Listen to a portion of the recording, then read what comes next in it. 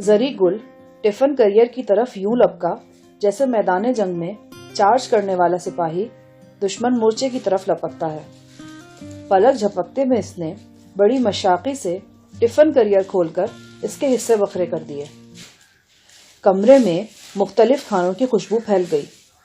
حسب معمول بڑا پرتکلف اور مقوی کھانا تھا۔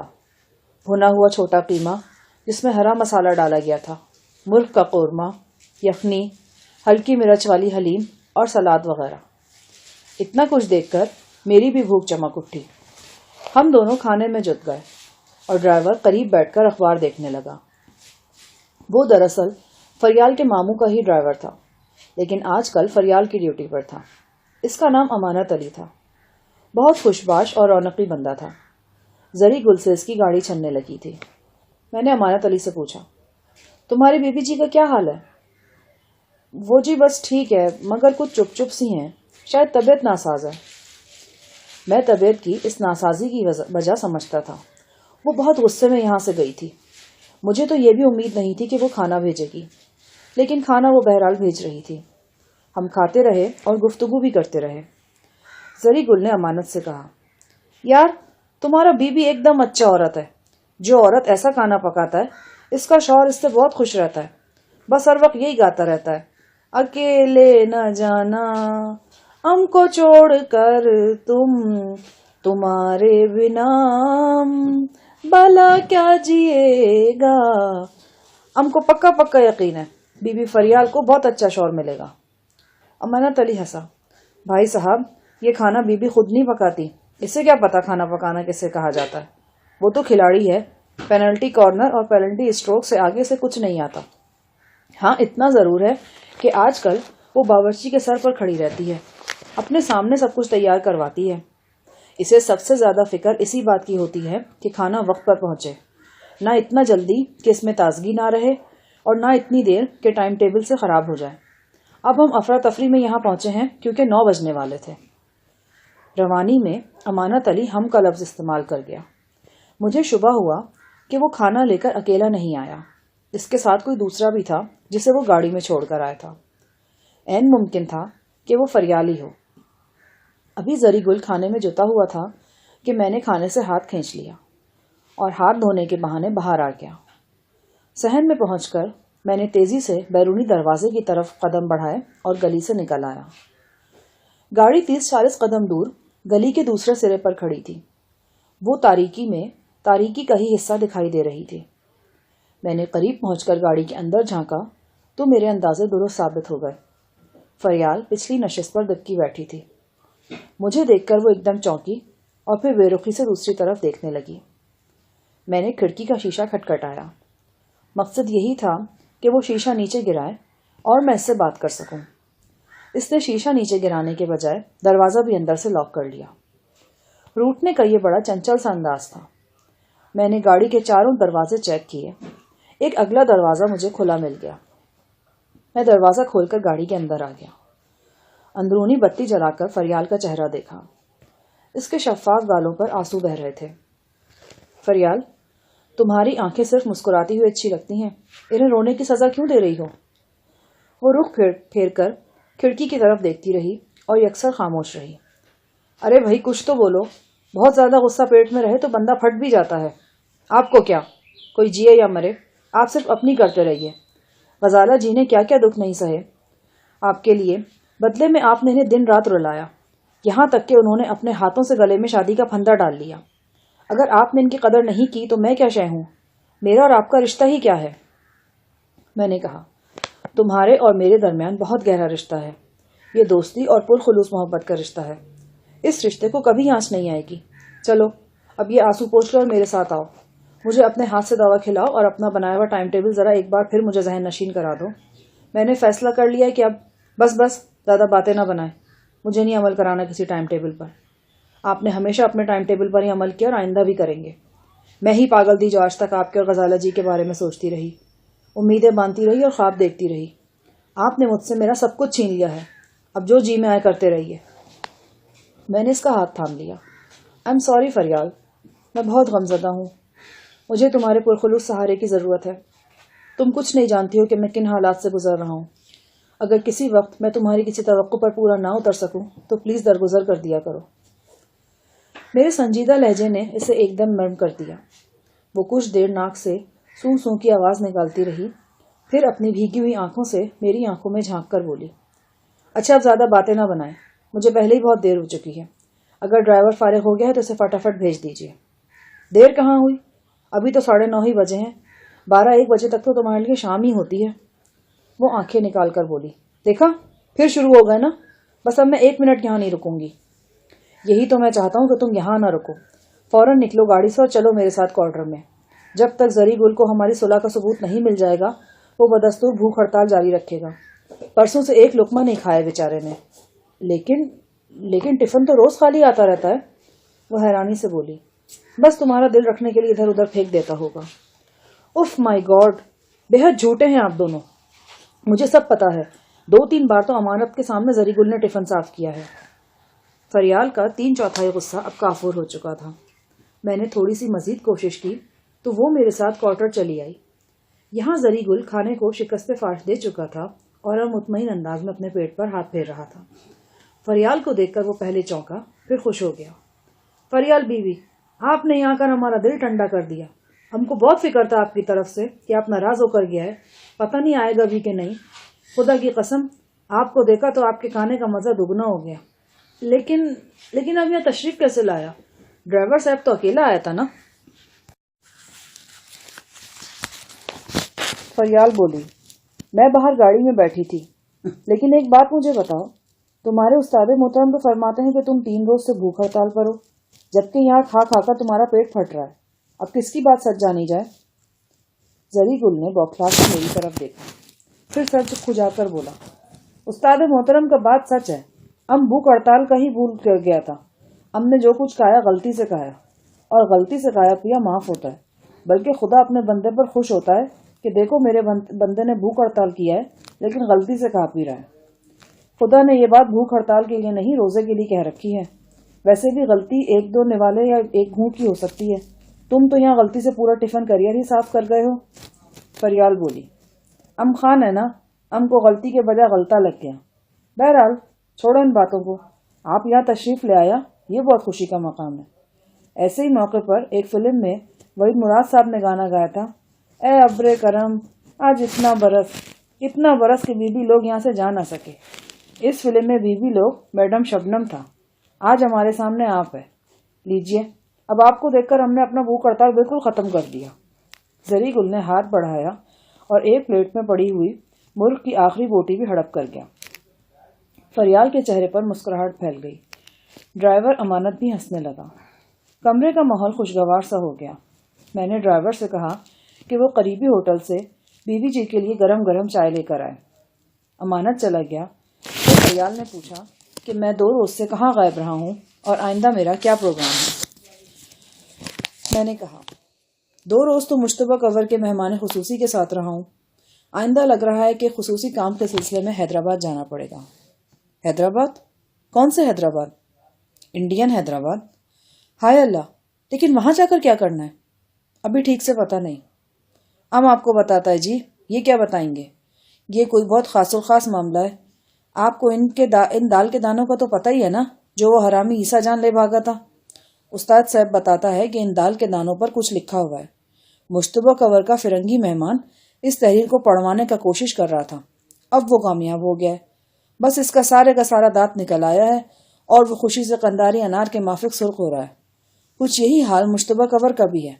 اب وہ دونوں حیدرآباد جانے کے لیے بےتاب ہو رہا ہے۔ پکا بات ہے کہ وہ کچھ بھی آدمی اپنے ساتھ لے کر جائے گا اور ان آدمیوں میں ہمارا استاد صاحب بھی ضرور شامل ہوگا۔ ہم بہت پریشان ہیں فریال بی بی، ہمارا خیال ہے کہ استاد کو وہاں نہیں جانا چاہیے۔ ہم یہ نہیں کہتا کہ استاد صاحب عورت کے مافک گھر بیٹھا رہے، لیکن ہم کو یہ بھی نہیں اچھا لگتا کہ وہ حرام خور فرنگی کا مدد کرے۔ فرنگی تو سانپ کا مافک ہے۔ خواہ استاد لالا سدھیر کی طرح ہمارا بھی یہ قول ہے کہ فرنگی جہاں ملے اس کا سر کچل دو، چاہے بعد میں وہ فرنگی نہ تھا، گورا چٹا پاکستانی تھا۔ میں نے لقمہ دیا۔ فریال مسکرا دی۔ زری گل کا منہ بن گیا، لیکن جلد ہی فریال کی مسکراہٹ بھی غائب ہو گئی۔ اس کا مطلب ہے کہ آپ پھر پر پھڑپڑا رہے ہیں۔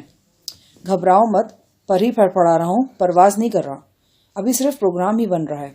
اگر ہم گئے بھی تو 10-15 روز سے پہلے نہیں جائیں گے، اور اس وقت تک ڈاکٹر صاحب نے جو بیڈ ریسٹ کی تجویز دے رکھی ہے وہ پوری ہو چکی ہوگی۔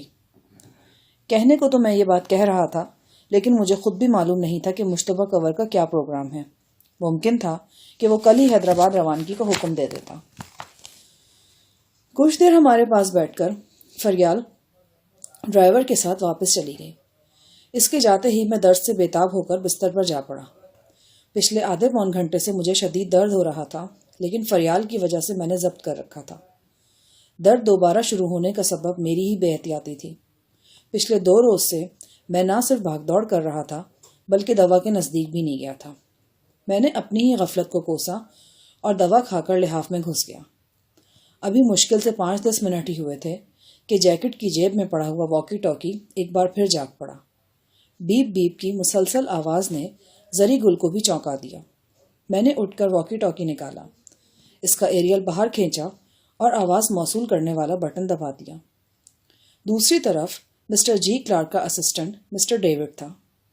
حسب معمول اس کی آواز میں تیزی اور روکھا پن تھا۔ لمبی چوڑی تحمید باندھے بغیر اس نے مجھ سے کہا کہ میں تیاری کر لوں، ہمیں پرسوں الگ صبح پشاور سے لاہور روانہ ہونا ہے اور اسی شام براستہ واگا بارڈر انڈیا میں داخل ہونا ہے۔ ڈیوڈ نے بتایا کہ ہماری منزل مقصود حیدرآباد ہوگی اور گمان ہے کہ ہمیں وہاں 2-3 ہفتے رکنا پڑے گا۔ اس نادر شاہی حکم نے میرے اعصاب کو جھنجھوڑ کر رکھ دیا۔ راجوں، مہاراجوں اور نوابوں کی سرزمین حیدرآباد دیکھنے کا شوق تو دل میں تھا، اور پھر یہ خواہش بھی تھی کہ وہاں کے اندیکھے ماحول میں کھو کر اس غم سے پیچھا چھڑانے کی کوشش کروں جو شہد کی مکھی کی طرح میرے تعاقب میں رہتا ہے، لیکن سینے کی تکلیف نے مجھے پریشان کر رکھا تھا۔ یوں لگتا تھا کہ ہمت آدھی رہ گئی ہے۔ مجھے خاموش پا کر ڈیوڈ نے کہا، کیا بات ہے مسٹر شاہ جہاں، تم چپ ہو گئے ہو؟ کچھ کہنا چاہتے ہو تو بے دڑک کہو۔ نو سر، کوئی خاص بات نہیں، بس سینے میں تھوڑی سی تکلیف تھی، امید ہے پرسوں تک طبیعت سنبھل جائے گی۔ وہ تشویش سے بولا، اگر زیادہ تکلیف ہے تو ڈاکٹر کو دکھاؤ، سرد موسم میں سینے کی تکلیف بڑھ بھی سکتی ہے۔ تمہارا حیدرآباد جانا بہت ضروری ہے، بلکہ سب سے پہلے تو تم ہی جا رہے ہو، باقی لوگ بعد میں پہنچیں گے۔ تم نے وہاں جا کر حالات کا جائزہ لینا ہے اور رپورٹ بھیجنی ہے۔ اسی رپورٹ پر آئندہ پروگرام کا دار و مدار ہے۔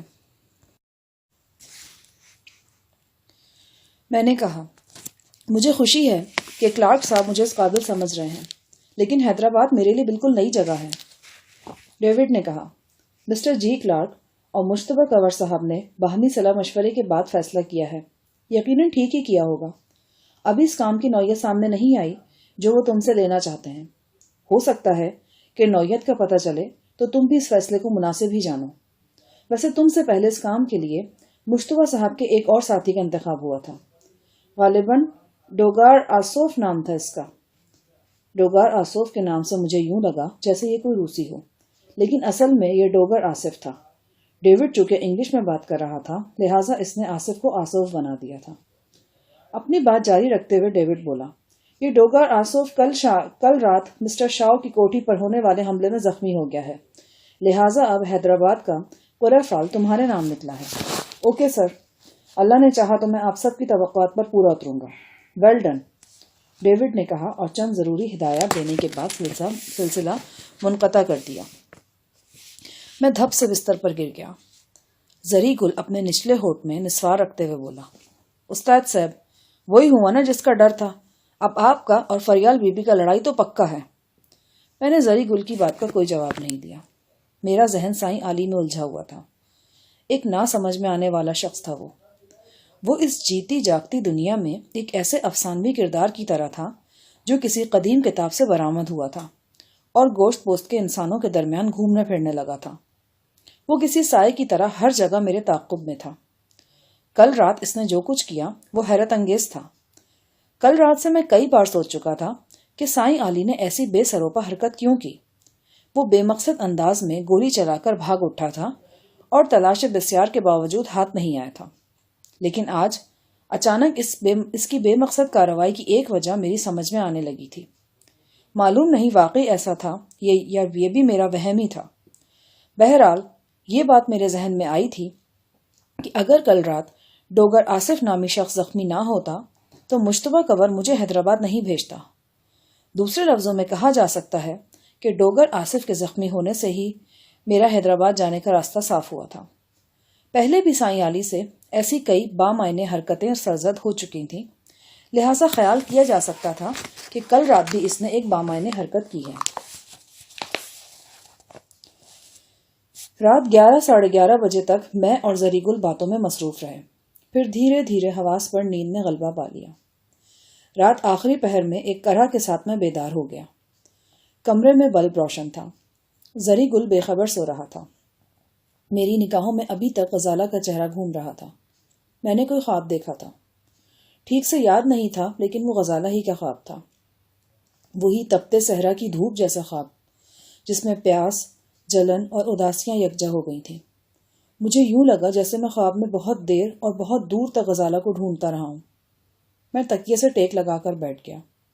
6.35 بریٹا پستول میرے پہلو میں رکھا تھا اور بلب کی زرد روشنی میں چمک رہا تھا۔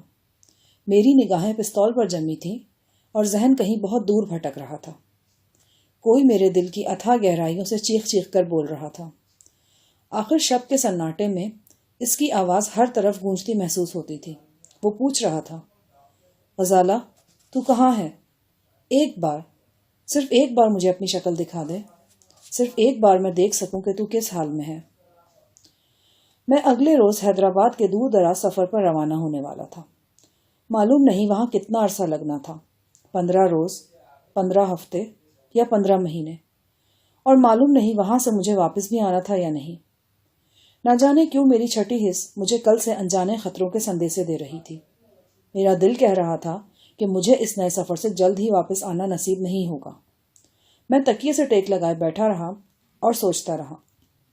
میرا دل چاہنے لگا کہ پاکستان چھوڑنے سے پہلے ایک بار، صرف ایک بار غزالہ کی صورت دیکھوں، یہ معلوم کروں کہ وہ کہاں اور کس حال میں ہے۔ بے شک اس سے ملاقات نہ ہو، بات نہ ہو، لیکن یہ تو پتہ چلے کہ وہ کیسی ہے۔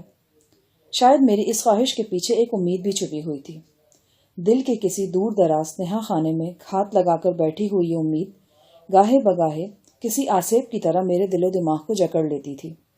میں سوچنے لگتا تھا، شاید غزالہ نے مجھے جھنجھوڑنے کے لیے کوئی کھیل ہی کھیلا ہو، اس کی شادی نہ ہوئی ہو، صرف شادی کا ڈرامہ ہی ہوا ہو۔ میں نے اپنی آنکھوں سے کچھ نہیں دیکھا تھا، صرف فریال نے مجھے بتایا تھا کہ غزالہ کی شادی ہو گئی ہے، جس میں بوجہ بیماری وہ خود بھی شریک نہیں ہو سکی تھی، یا پھر فریال کی والدہ نے ہی فون پر کہا تھا کہ کل غزالہ کی رخصتی تھی اور ساحل صاحب وہاں گئے ہوئے تھے۔ ٹیلی فون پر سنائی دینے والی آواز فریال کی والدہ ہی کی تھی۔ میں اس آواز کو اچھی طرح پہچانتا تھا، لیکن یہ بھی تو ممکن تھا کہ انہیں بھی اصل حقیقت کا علم نہ ہو۔ جہاں تک فریال کا تعلق تھا، وہ بڑے سے بڑا جھوٹ اس انداز سے بول سکتی تھی کہ اس پر یقین آ جائے۔ میں نے ابھی تک فریال سے غزالہ اور اس کی شادی کے بارے میں کوئی بات نہیں کی تھی، نہ ہی یہ پوچھا تھا کہ میاں بیوی کینیڈا جا چکے ہیں یا نہیں، اور اگر جا چکے ہیں تو جانے سے پہلے فریال ان سے ملی ہے یا نہیں۔ در حقیقت ہم دونوں نے جان بوجھ کر اس شادی کا ذکر ہی نہیں کیا تھا۔ زری گل کو یقین تھا کہ فریال کے پاس غزالہ کا موجودہ ایڈریس ہوگا۔ وہ ایک بار یہ اعلان بھی کر چکا تھا کہ فریال سے ایڈریس لے کر غزالہ بیوی سے ملنے جائے گا، لیکن پھر میرے کہنے پر رک گیا تھا۔ بیٹھے بیٹھے اچانک میں نے فیصلہ کر لیا کہ فریال سے غزالہ کا ایڈریس معلوم کروں اور دیکھوں کہ وہ کس حال میں ہے۔ صبح تک میں بے چینی سے بستر پر کروٹیں بدلتا رہا۔ مجھے شدت سے فریال کا انتظار تھا۔ امید تھی کہ وہ ناشتہ لے کر خود آئے گی، لیکن کسی وجہ سے وہ نہ آ سکی۔ اس کا ڈرائیور امانت علی آیا اور ناشتہ دے کر چلا گیا۔ ناشتہ کرنے کے بعد میں نے فریال کو ٹیلی فون کرنے کی ٹھانی۔ اس کا نمبر میرے پاس موجود تھا۔ قریبی بازار سے 1 روپے میں فون ہو سکتا تھا۔ میں نے کپڑے بدلے اور جانے کے لیے تیار ہو گیا۔ جوتے ڈھونڈنے کے لیے میں جو ہی چارپائی کی طرف جھکا، میری نگاہ ایک ہینڈ بیگ پر پڑی۔ یہ براؤن چرمی ہینڈ بیگ فریال کا تھا۔ رات وہ اس ہینڈ بیگ کے ساتھ ہی گاڑی سے یہاں آئی تھی۔ جاتے وقت اسے یاد نہیں رہا اور ہینڈ بیگ اب تک یہیں پڑا ہوا تھا۔ میں نے اسے کھولا۔ اندر بہت سا علم غلم موجود تھا، رومال، brush, lipstick, tissue papers, wrist band, کاغذات، اور ان سب چیزوں کے درمیان ایک ویڈیو کیسٹ بھی پڑی تھی۔ ویڈیو کیسٹ ان دنوں بالکل ایک نئی چیز تھی۔ عام لوگ تو ابھی اس کے نام سے واقف بھی نہیں تھے. کچھ خاص گھرانوں میں اس چیز کا تذکرہ شروع ہوا تھا. ان دنوں فلپس کے بنائے ہوئے بڑے بڑے ویڈیو آتے تھے، مثلاً 13.1 اور 1302 وغیرہ. بیٹا میکس اس کے بعد آنا شروع ہوئے تھے. ان ویڈیوز میں ایک پاکستانی یا انڈین فلم دیکھنے کے لیے عموماً 3 کیسٹ ڈالنے پڑتے تھے. یہ کیسٹ بھی مختلف ساخت کی ہوتی تھیں. میں نے کیسٹ اٹھا کر دیکھی اور بری طرح چونک گیا. اس پر انگلش میں میرج آف غزالہ جلیس لکھا تھا. میں پھٹی آنکھوں سے دیکھتا رہا. یہ غزالہ کی شادی کی ویڈیو کیسٹ تھی. بدن میں ایک سرد سی لہر دوڑنے لگی. کئی دنوں سے غم کی بے قرار تیرگی میں آس کی جو ایک کرن سی چمک رہی تھی خاموشی سے بجھ گئی. نہ جانے میں کتنی دیر یوں ہی کیسٹ تھامے کھڑا رہا. زری گل کی آواز نے مجھے چونکایا. استاد صاحب، کیا ہوا ہے؟ آپ تو ٹیلی فون کرنے جا رہا تھا. اب جانے کی ضرورت نہیں ہے. یہ آپ کے ہاتھ میں کیا ہے؟ فلم ہے، ویڈیو پر چلتی ہے. ویڈیو؟ یہ کیا ہوتی ہے؟ ہوتی نہیں، ہوتا ہے. بڑی سی مشین جس میں ایک ایسڈ ڈالتے ہیں تو ٹیلی ویژن پر تصویر آتی ہے. او خدا کا مار، سیدھی طرح VCR کون ہے استاد صاحب؟ ہم نے یہ مشین دیکھا ہوا ہے. ادھر ٹل میں گلریز بادشاہ کے ڈیرے پر ہم نے کئی بار اس مشین پر انڈیا کا فلم دیکھا ہے. گلریز بادشاہ ہمارے ہی گاؤں کا رہنے والا ہے. ادھر ٹل میں لکڑی کا کاروبار کرتا ہے. اس کا بھائی آفتاب خان پشاور میں کسٹم کا بڑا بابو ہے. وہی یہ VCR لے کر آیا تھا. اور اب یہ VCR کوئی بہت بڑا راز کا بات نہیں رہا. بہت سے لوگ اس پر فلمیں دیکھ چکا ہے. اور تو اور ہماری والدہ صاحبہ نے اس پر بقلم خود ہیر رانجھا دیکھی تھی. وہ اردو نہیں جانتی، نہ اس کو پنجابی کا پتہ ہے، لیکن پنجابی فلم دیکھا اور سارا کا سارا سمجھ گیا. لیکن یہ جو فلم آپ نے ہاتھ میں پکڑا یہ کون سا ہے؟ اور اس فلم کا باقی کیسٹ کدھر ہے؟ میں نے افسردگی سے کہا، اس میں ہمارا جانا پہچانا ستارہ ایک ہی ہے، اور وہ ہے تمہاری غزالہ بی بی. یہ غزالہ کی شادی کی فلم ہے. فریال کے ہینڈ بیگ میں سے نکلی ہے. زری گل ایک دم بجھ گیا. غزالہ کا نام سن کر اس کی آنکھوں میں وہی دکھ تیرنے لگا جو کئی بار پہلے بھی میں نے اس کی آنکھوں میں دیکھا تھا. وہ سارا دن میں نے گھر میں گزارا. سینے کے درد میں رات سے افاقہ تھا. غالباً باقاعدگی سے دوا کھانے کا اثر تھا. میں نے دوپہر کے کھانے میں صرف چند لقمے لیے اور لحاف اوڑھ کر سو گیا. 3-4 بجے کے لگ بھگ مجھے زری گل نے جگایا. میں یہ دیکھ کر حیران رہ گیا کہ سامنے میز پر ایک 18 انچ کا رنگین ٹیلی ویژن پڑا تھا. ایک دوسری میز پر جہازی سائز کا VCR رکھا تھا. سب کچھ تیار تھا، صرف بٹن دبانے کی ضرورت تھی. یہ کیا؟ استاد صاحب، سیانا لوگ کہتا ہے کہ رونے دھونے سے دل کا بوجھ ہلکا ہو جاتا ہے. ہم نے بھی اپنے دل کا بوجھ اچھی طرح ہلکا کیا ہے. جب آپ سو رہا تھا ہم غزالہ بی بی والا فلم چلا کر دیکھتا رہا. میں نے دیکھا زری گل کی آنکھوں میں آنسو تیر رہے تھے. لیکن یہ VCR تمہیں کہاں سے ملا؟ ڈھونڈنے سے ہر چیز مل جاتا ہے. پھر یہ تو VCR کچھ ایسا دور بھی نہیں تھا. جن خان صاحب سے ہم نے مکان لیا ہے وہ ہمارا پکا دوست بن چکا ہے. یہ اس کے داماد کا VCR ہے. خاص لوگوں کو کرائے پر دیتا ہے. یہ بس ہم لے آیا. آپ صبح کہہ رہے تھے نا کہ پاکستان چھوڑنے سے پہلے ایک بار غزالہ بی بی کو دیکھنا چاہتا ہے. بس آپ کے دل کا مراد پورا ہو گیا. اب آپ یہ فلم دیکھیں، ہم حجامت بنوا کر اور نہا دھو کر 1-1.5 گھنٹے میں آ جاتا ہے. اس نے VCR آن کر دیا اور اپنے استری شدہ کپڑے سنبھال کر باہر نکل گیا.